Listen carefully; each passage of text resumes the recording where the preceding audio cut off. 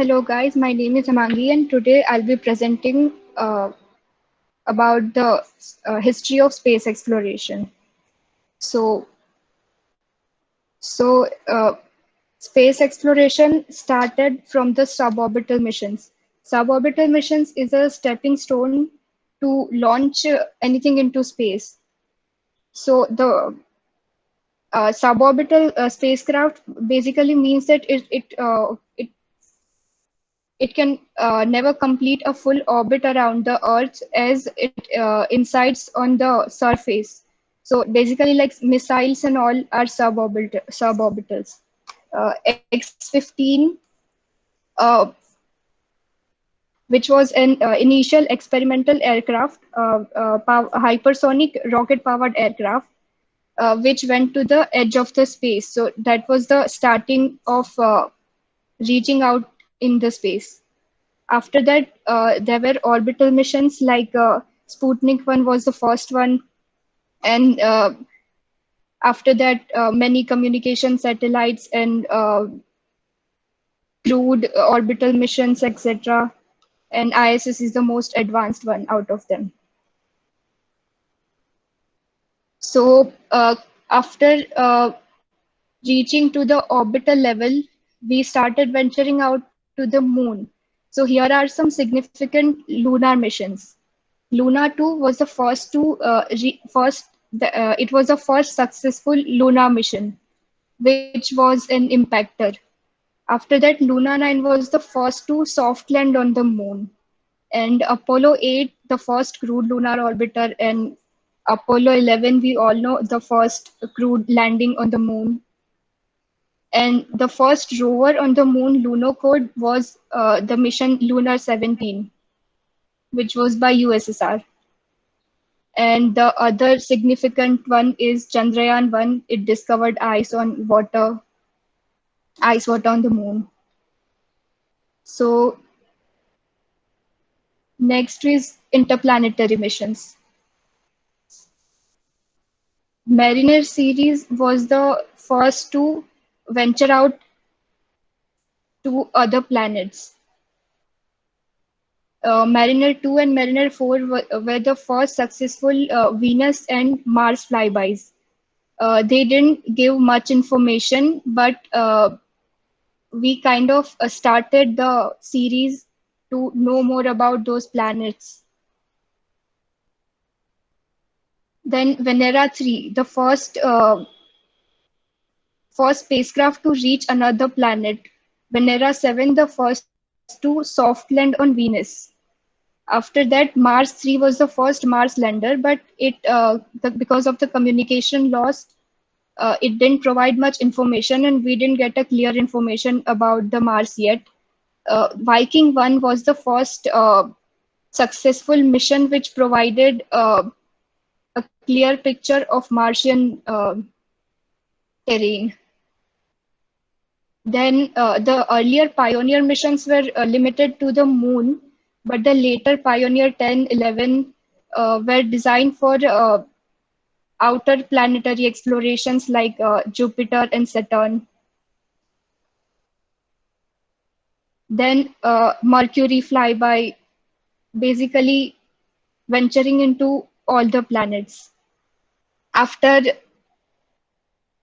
going out to the planets, it was time for asteroids. So near Shoemaker was the first asteroid landing, and the first rover on Mars was Mars Pathfinder mission. One of the most important mission was Cassini-Huygens, which was first outer planet lander. It landed on the moon of Saturn, Titan. Then comes the Hayabusa series, which included asteroid sample return. Then comes the Mercury orbiter, and the only planet left now was Pluto. So New Horizon, which is one of the five spacecraft that left the uh, uh, gravity of Sun and went into the deep space. So why all this? Why do we Why do we want to explore space? As Carl Sagan quoted, exploration is in our nature. We began as wanderers and we are wanderers still. We have lingered long enough on the shore of the cosmic ocean and we are ready at last to sail for the stars. Curiosity is the prerequisite that drives the exploratory behavior. Exploration is not just limited to curiosity, but it is also necessary for us as a civilization. This wandering around sheltered us with more comfortable and safer environment to live. So expanding our reach from the edge of the ocean to the edge of the solar system would also do the same. Exploring into other worlds, it gives us a lot of information about the universe, origin of uh, life, origin of our solar system, but it is not just limited to that. A space exploration mission includes the research, designing, engineering, experimentations, and the analysis part. All of this, we can learn a lot from all of this. The research that is done for the space missions is also help, like it has a lot of applications in our day-to-day life, like material science. Uh, Initially, there were radiation shielding and thermal shielding materials, which are now being used for like building thermal insulations of buildings and all. The design and engineering, like aerodynamic analysis of the structures that is done prior to uh, flying of aircraft, like the designing is done based on the aerodynamic analysis. So that has also helped us to design wind tunnels, which is important, sustainable energy. And it has also been helpful in designing swimsuits to reduce the skin friction drag. This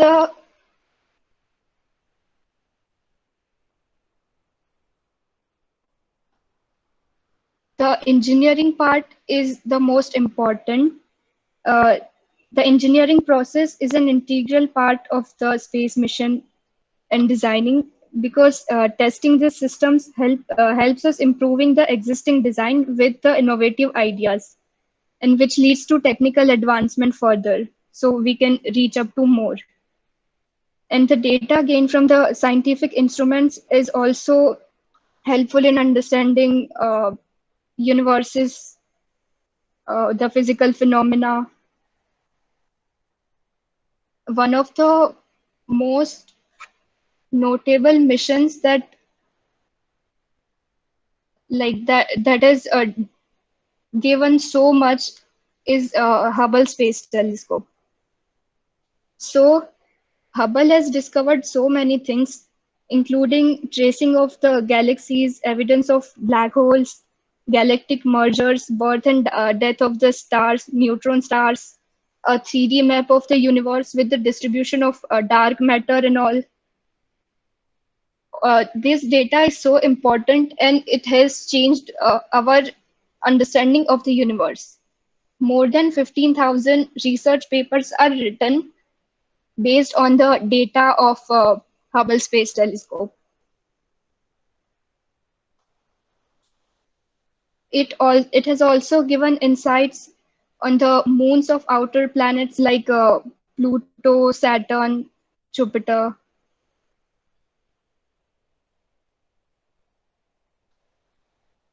With Hubble, the upcoming mission is James Webb Telescope, which is going to extend the uh, exploration of Hubble.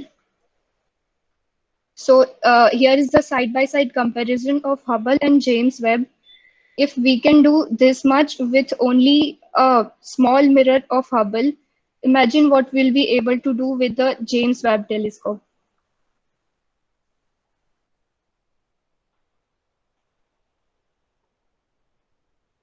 James Webb Telescope is like 100 times more powerful than the Hubble, and it is placed on one of the Lagrangian point of the Earth's orbit because one of those point is opposing the sun, like Earth is in between, so it blocks most of the light. And uh, for the James Webb Telescope to work properly, it has to be around minus 200 Celsius temperature.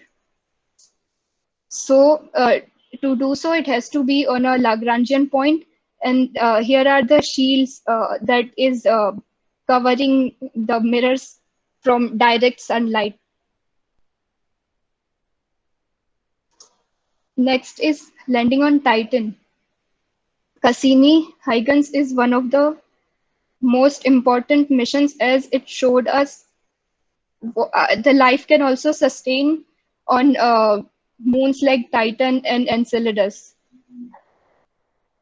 What Cassini discovered, one of the things including Saturn's moon, the subsurface, oceans of liquid water, geysers, and other geological activities, and the prebiotic chemicals on Titan, which is basically the materials required for a life to sustain. So Cassini is the orbiter around the Saturn, and Huygens is the lander that landed on Titan. So both provided a lot of information and a lot of clarity that after Earth, Titan is the most habitable planet, habitable world for human beings. Also in 2013, uh, polypropylene, a form of plastic, was found on atmospheres of Titan.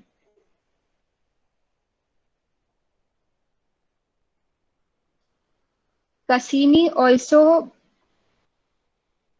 had a look for Enceladus and found that it contains water spewing out into the air, which proved the existence of hydrothermal vents, uh, which shows that it creates a warmer environment where life can sustain. Also, Enceladus has a plate tectonics like Earth, so it shows that it has an ocean underneath. Next is Hayabusa 2. Hayabusa 2 is an asteroid sample return mission by Japanese Space Agency, followed up on the Hayabusa 1 mission.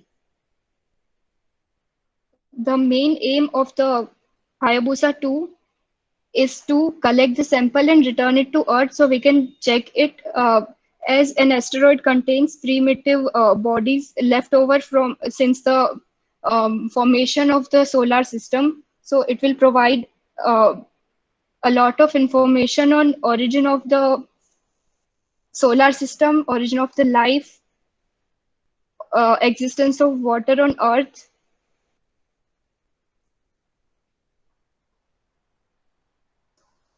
Okay, so we have landed on Moon, Mars, Venus, Titan, and we have went till the Pluto. But why are we aiming on Mars? So now Saksham will talk about that.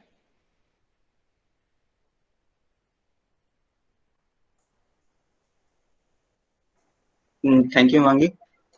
So, okay, I guess the session is getting quite theoretical. So let's make it a bit more interactive. So, how many of you know what is a sol? You can type your answers in the chat. So, do you know what is sol?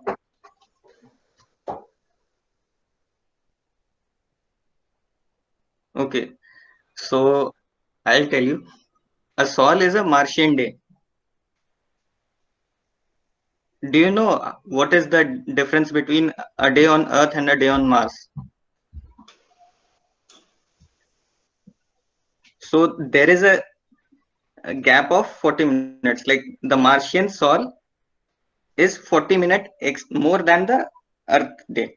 Then, if you'll see, one Martian year has 687 days. Okay, so now I'll go with my presentation. Uh, okay, just a second.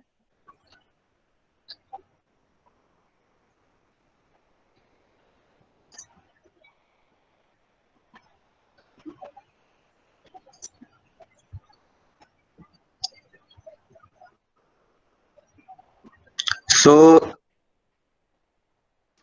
out of all the Mars missions, there are certain categories in which we can subdivide them. So one of them is flyby, then another one is orbiter, another one is lander, and then are rovers. So I guess the names are self-explanatory, but still I'll give you a very small brief explanation of each and everything.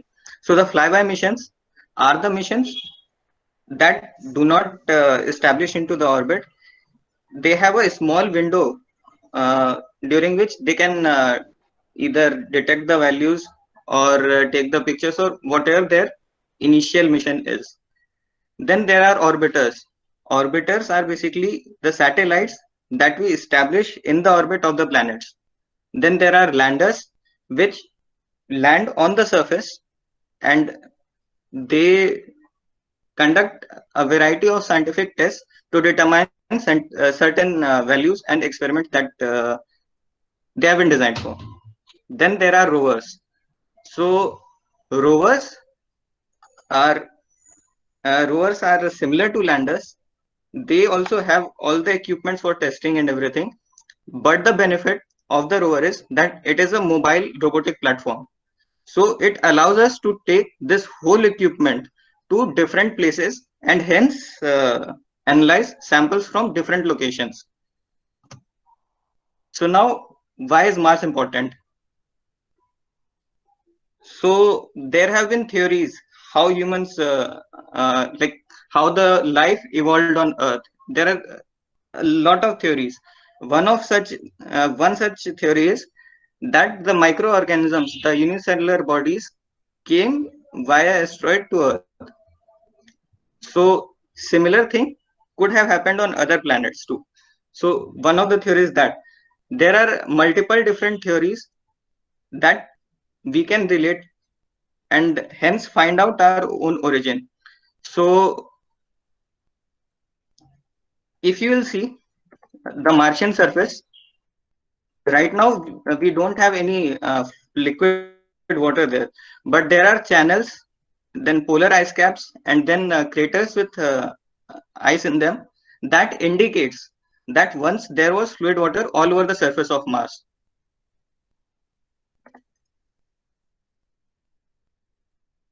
Talking about the present Martian atmosphere, so in comparison to the Earth's atmosphere, Martian atmosphere is like Earth atmosphere is relatively dense, a lot dense than the Martian atmosphere. The major portion of the Martian atmosphere is constituted by the carbon dioxide. Okay, so if you'll see the Martian topology, the highest mountains are present on Mars, then the longest valleys are present on Mars. So that's a quite an astonishing thing when you see the fact that Mars is about lesser than half of the size of the Earth. So there were a lot of missions that were done for exploring Mars, but if you see the initial list, most of them failed. So these are the list of early missions, and as you can see, most of them either failed at the beginning level or in the later stages. So the initial successful mission that we consider up to date is the Viking 1 and the Viking 2. Those were the two orbiters and landers that gave us the data related to Mars. So these are the few pictures, the first pictures clear pictures that we received of Mars via these landers.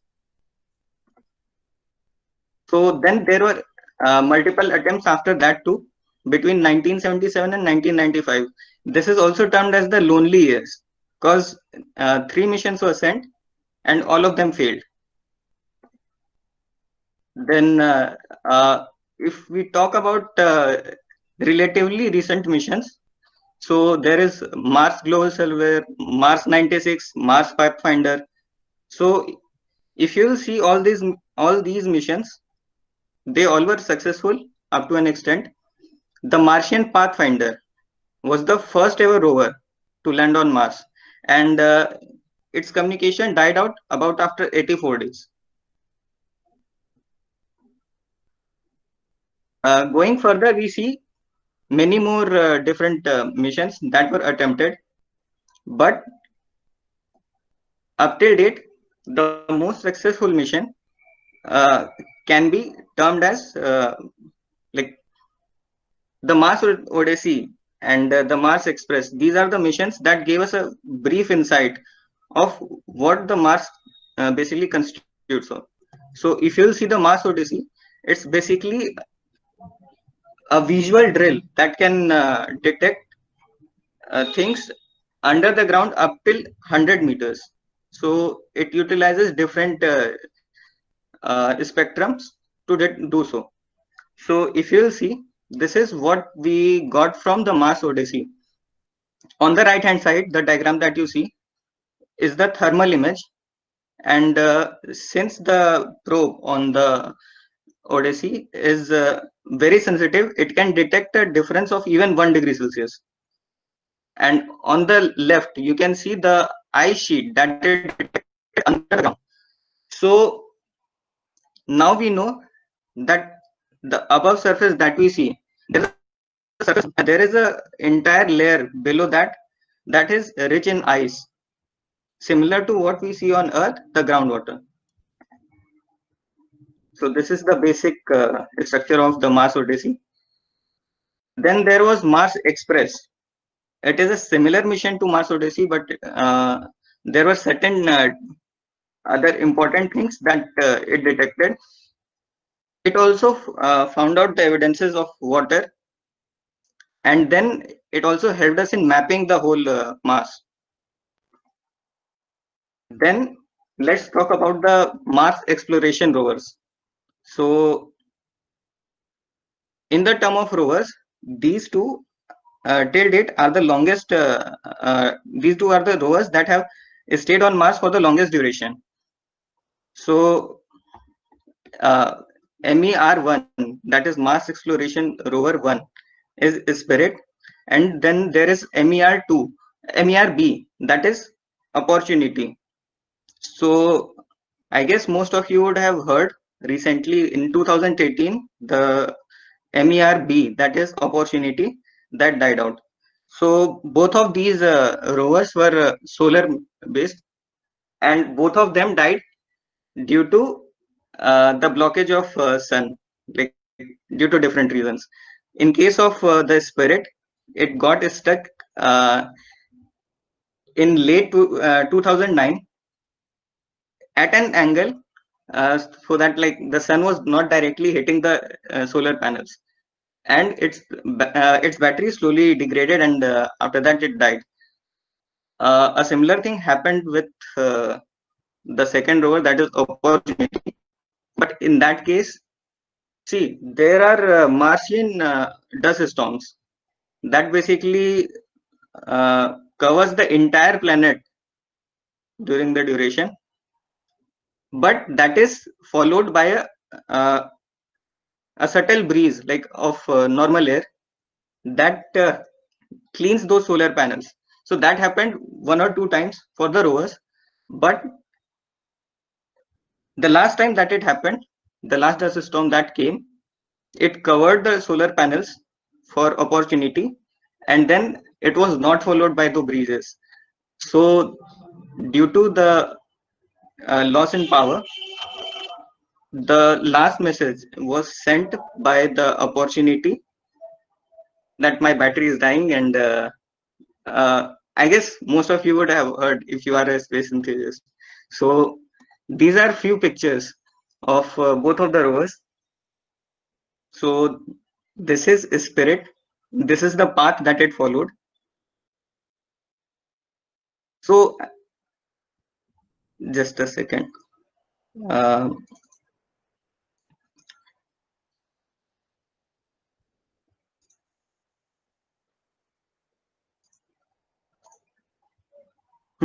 So one question. If I'll show you multiple pictures of the tracks or the wheels, could you identify which rover is it? You can type your answers here. Okay, so let's give it a try.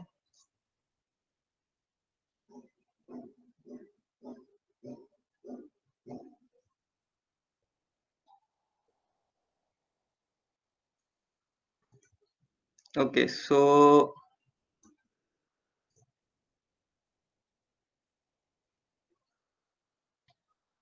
yeah, can you identify the rover? Let me do a thing. Just a second.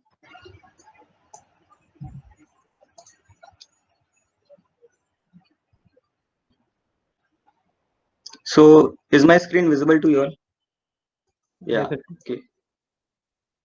Okay. So can you identify the rover using the wheels by seeing the wheels?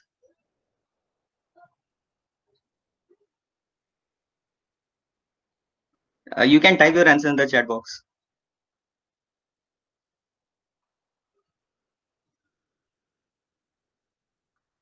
Okay.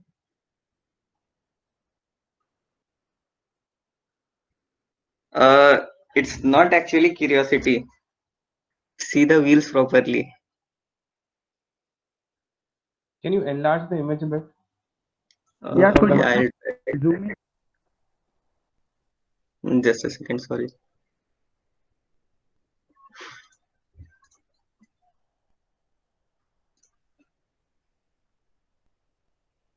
Mm,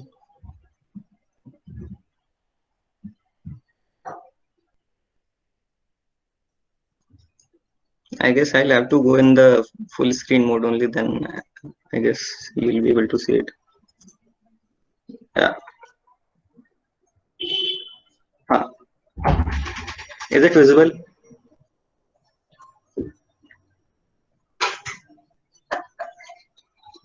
Okay. So yeah, the correct answer is Spirit. Then let's go to the second picture. Could you identify this?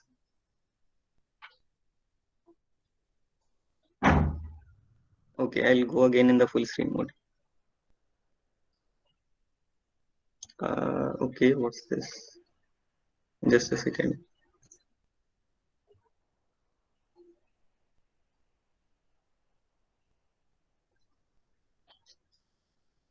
Okay,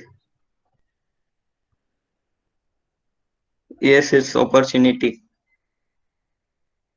Okay, so if you'll see, these are the few images that were taken using the rovers of the Martian surface.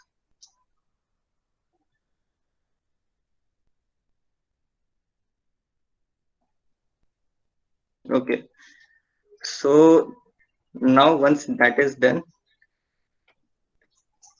okay. So let's talk about the new missions that have been going on. So, do you all know about opportunity? Yeah, perseverance is there. Do you know about opportunity? Okay. So, do you know the differences and the similarities in opportunity and perseverance?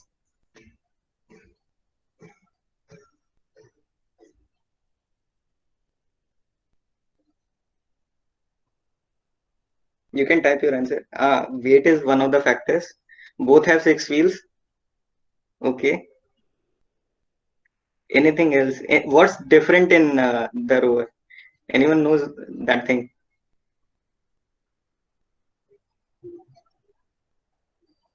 Yes, collect sample in larger number. Power systems. I guess power system is similar. Both are based on nuclear thermal based batteries. Yes, the most important point is the new rover Mars rover 2020 that is going right now is focusing on the returning of the sample. This is a two-part mission. The first part is Mars rover 2020 that will go there, collect the samples, then put it in a chamber, which will then be retrieved. So that is a very important point. Hmm. Then, do you know about Mangalyaan? All of you are from India, so I guess you should know.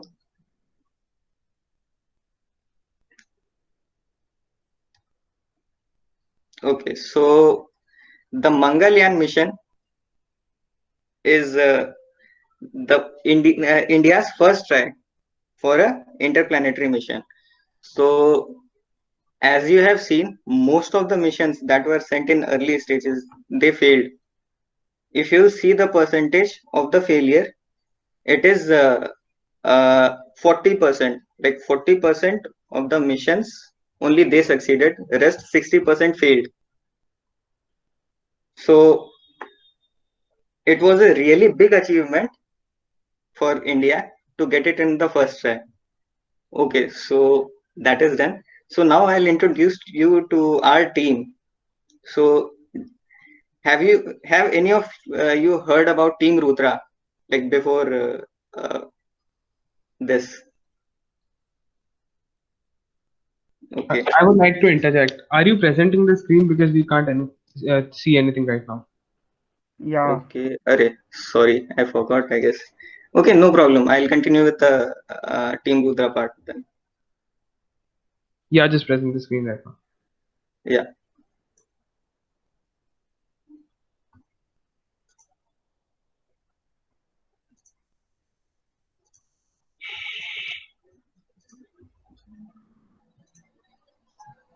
Is it visible now? Yes. Okay. Just open the site. So yeah, let's go with our team.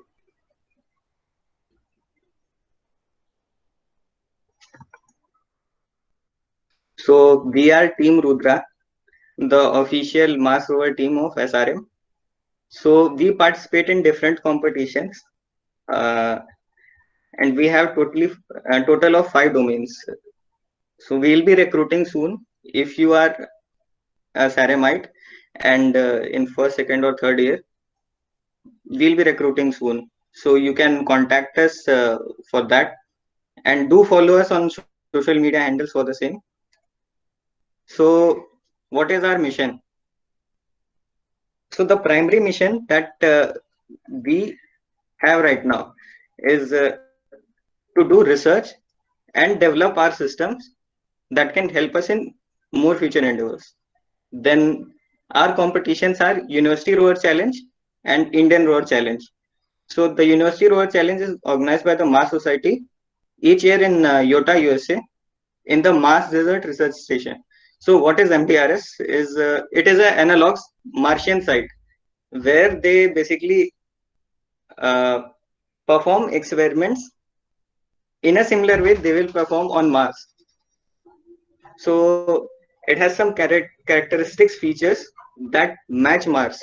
There are different other sites on our planet too, but this is one of the analog sites that have been used quite a lot of times. So our team started in 2012, and this is the first rover that went to the site. Then, if you are part of SRM, these are the robotic teams of SRM, and we have a community there. Then, this is about our university. there are 38,000 plus domestic students, 1,000 plus international students, and 140 funded research projects. Then let's talk about Indian Rower Challenge. So Indian Rower Challenge was organized in this January 2020, and we stood third globally amongst all the teams. Then in 2019, we went for the University Rower Challenge, where we stood 11th worldwide and second in Asian teams. So we keep on doing certain webinars. Like this is our first webinar, but we do keep workshops and other activities that helps others to gain basic knowledge of certain things. So this is one example of such thing. Okay, so let's talk about our achievements. So this is the list of our achievements that we have achieved until now. Then we have been working on different things. As you can see, these are the various things. Most of the things that we put on our rover are developed in our lab, and certain components like motors and all, those are bought. Other than that, all the structures, everything, those are developed in-house in our lab. So we also work on different projects. So these are such other robotic projects such as autonomous landmine detector, then fruit and vegetable harvesting bots. So this is the media coverage that we got after URC 2019. So we got featured in Apollo 11 documentary by France 24, and a newspaper article was also published regarding this. Okay, so now of our latest tweets, this is of IRC 2020. So what here you see is our latest rover, and we globally had a rank third and first among the Asian teams. So this is the rover that we have at present in lab. So these are the various tasks that we have to perform in order to compete with various teams. So these are other rovers that participated there.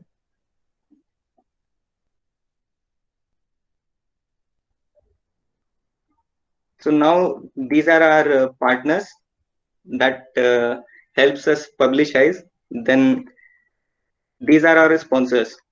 So since we are a student team, we need certain components and things, and they cost money. So these are the companies and associations that helps us with the same. And then of course our university. So our faculty advisor is Dr. A. Ratna, who guides us with certain things, and then the basic funding and all is taken care of by our institute. So you can contact us on various social media handles. Do follow us there. We'll be posting updates regarding our recruitment and other things. And I'll play a video of our wrap-up video of Indian Rower Challenge 2020. So enjoy.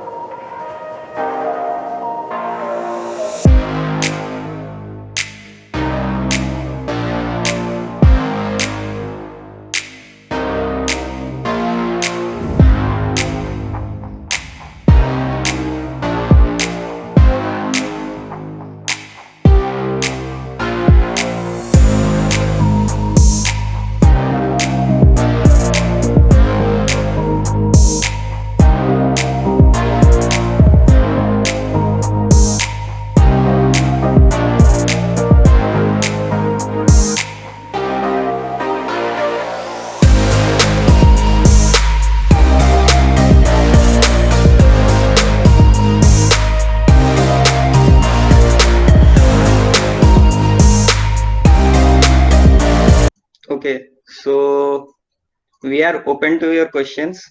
You can either unmute your mic or put your questions in the chat box. Okay, so I see a question here. What will be the general criteria and recruitment for Team Rudra? So we see there are basically 3 stages of recruitment. So the first stage will be the test. So in that test, we'll be asking you questions related to your domain. Like since we have 5 domains, so we we'll filter out the students that apply based on your understanding of things. Like we do not want the thing that is written in the book. The questions will be creative in the manner like we'll give you some application based question and ask you to think of something and design something. So that will be the basic test criteria. Then there will be aptitude section 2, but the primary focus will be your innovation. Then there will be certain things that will also take in consideration, like the basic physics that you studied in class 11th and 12th. So there will be very particular questions related to mechanics in case of mechanical or the electronics part, like the semiconductor parts in case of electronics. So that will be the first thing. Once you go through that test, we will go through your papers, and after that we will invite the people like who we feel are innovative enough and qualify for that for an interview round. So in that interview round, we'll basically have a talk with you, get to know you better. After that, we'll recruit you through a training phase. So that training phase generally when we are there at SRM, so it takes about 1 month to complete. But since this pandemic situation, I guess that will vary a bit. So the basic training regarding the softwares, the hardwares, the manufacturing processes, everything will be given to you. After that, a certain project will be assigned to all of you, and you have to complete that with the resources that are available. Or if you want to do something more innovative, you can go with that too. So once that is done, we'll have a look over all these criteria, and after that a final team will be selected. So this is the basic of recruitment. So any questions?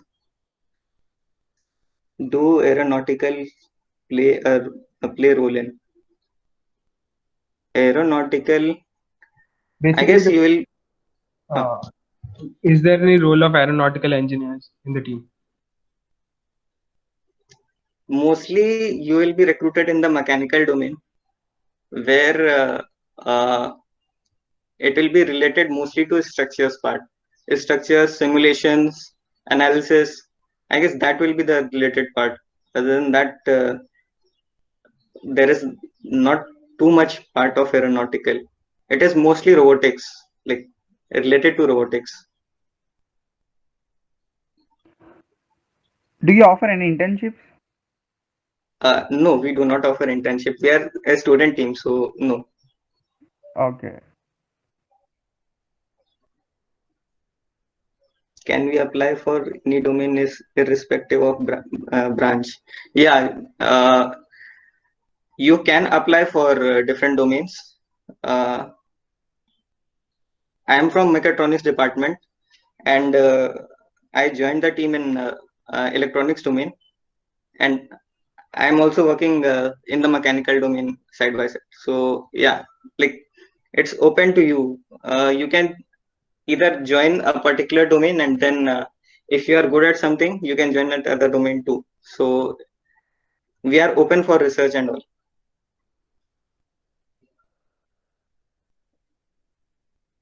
There is one more question which says, can you briefly explain what are some capabilities of the rover?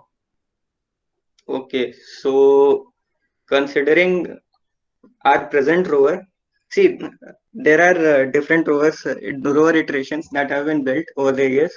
So each have a different set of capabilities. So one of the basic things that we have to do is maneuverability over rough terrain. So the present rover that we have, it is capable of uh, moving on the slope of I guess 35 degrees. Yeah, 35 degrees. And it can traverse over a variety of rough terrains. It has a robotic manipulator, the robotic arm, that can perform a variety of tasks, including flipping switches, turning knobs, and all those things that you saw in the video. Then it can also type on the keyboard. These are the certain tasks that we have to do in our competition. See, we are given a set of problems in our problem statement released by the Mars Society each year. So we design our rover to be able to complete all those tasks.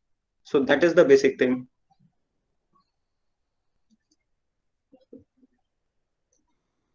Yes, if you got admitted to SRM universities just now, we'll be recruiting, I guess, about after a month.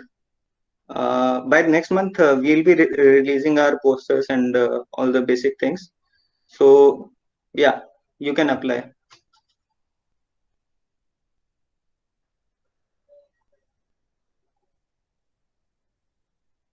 Okay, anything else that anyone wants to ask? Could you please share the PPT of this webinar? Okay, I'll share that. This webinar will be recorded and uploaded on our YouTube channel, so you can rewatch it there as well. Like I want the PPT of it.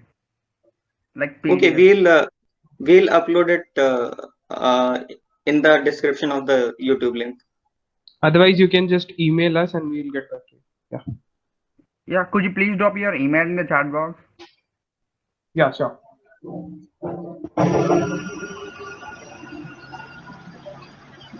For our YouTube channel, just search Rudra SRM Mars Rover on YouTube. You will get our channel. There you can watch our previous videos of our rovers.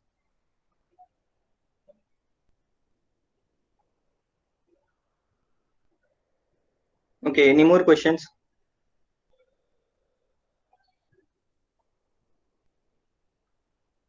So do follow us on our social media handles. Just search for Rudra SRM Mars Rover on either YouTube, Instagram, Facebook. You will find us. So if you are on Twitter or LinkedIn, you can follow us there as well.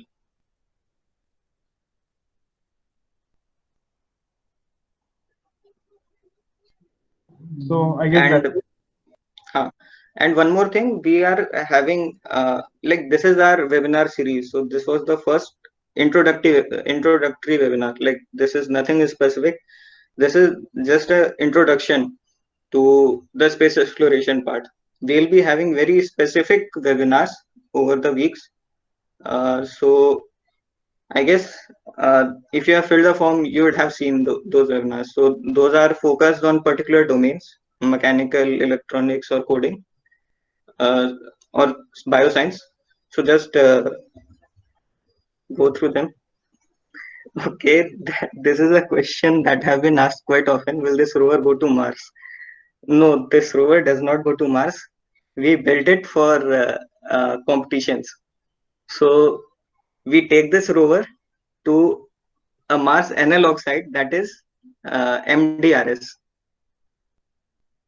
where different teams comes and participates in that competition, and it's a meet and greet sort of thing.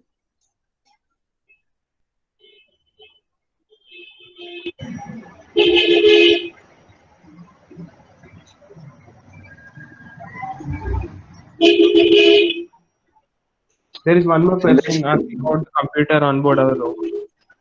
What? There is one more question asking about the computer used on board our rover.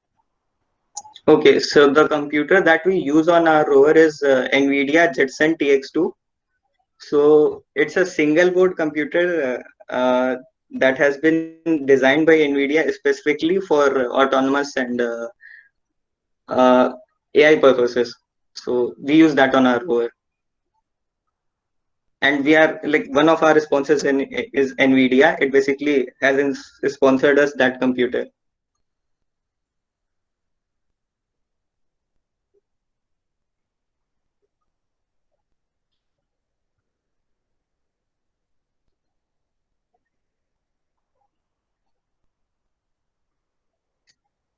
Okay, anything else anyone wants to ask? If someone, if somehow rover taken to Mars will be able to operate there. Okay, so there is a rover that we designed specifically for the Martian environment, but that is a concept rover. That is not a real rover, and we haven't made a prototype of it. That is just a design. If you guys want, I'll show that.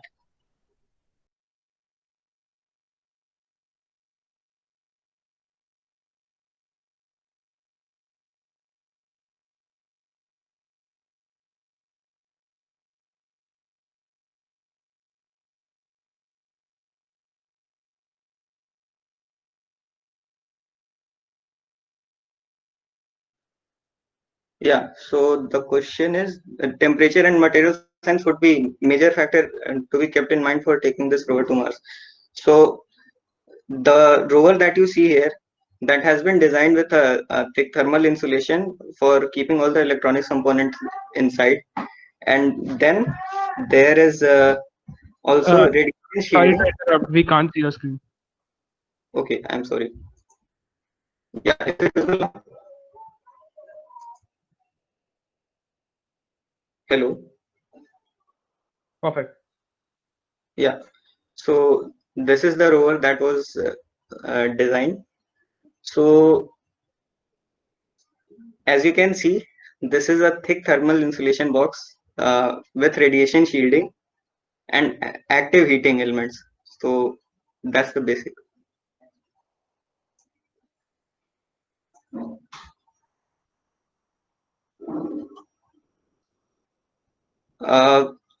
We do recruit third years sometimes. Like, it is not for sure, but yeah, you can apply. And if you do have the skill, see, since you are in third year, so we expect certain more things from you than your juniors. So if you are in third year and you are applying, so there will be a certain criteria that will be different for you. Like, you have the basic knowledge of first and second year subjects, so you'll be judged on that too. Like, not exactly on your marks or anything, but the things that you really learn.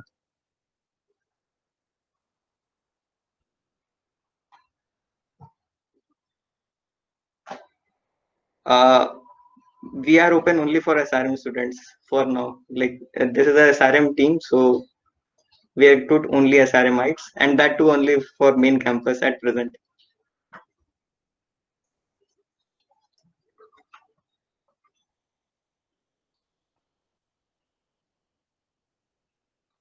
The KTR campus SRM students can apply for the recruitment. Okay, any other questions? Feel free to ask me. Yeah, I just noticed that we just passed the 1 hour mark. So Okay. and we don't see any questions right now. So if after the webinar also, if you have some questions, feel free to contact us on our social media. The next webinar will be about astrobiology, life on Earth and beyond, and tardigrades and extremes of life. So this is a 2-part webinar and it will happen on next Sunday. So stay tuned for that. Thank you for joining in, guys. So we will end this webinar right now. Okay. Thank you, everyone.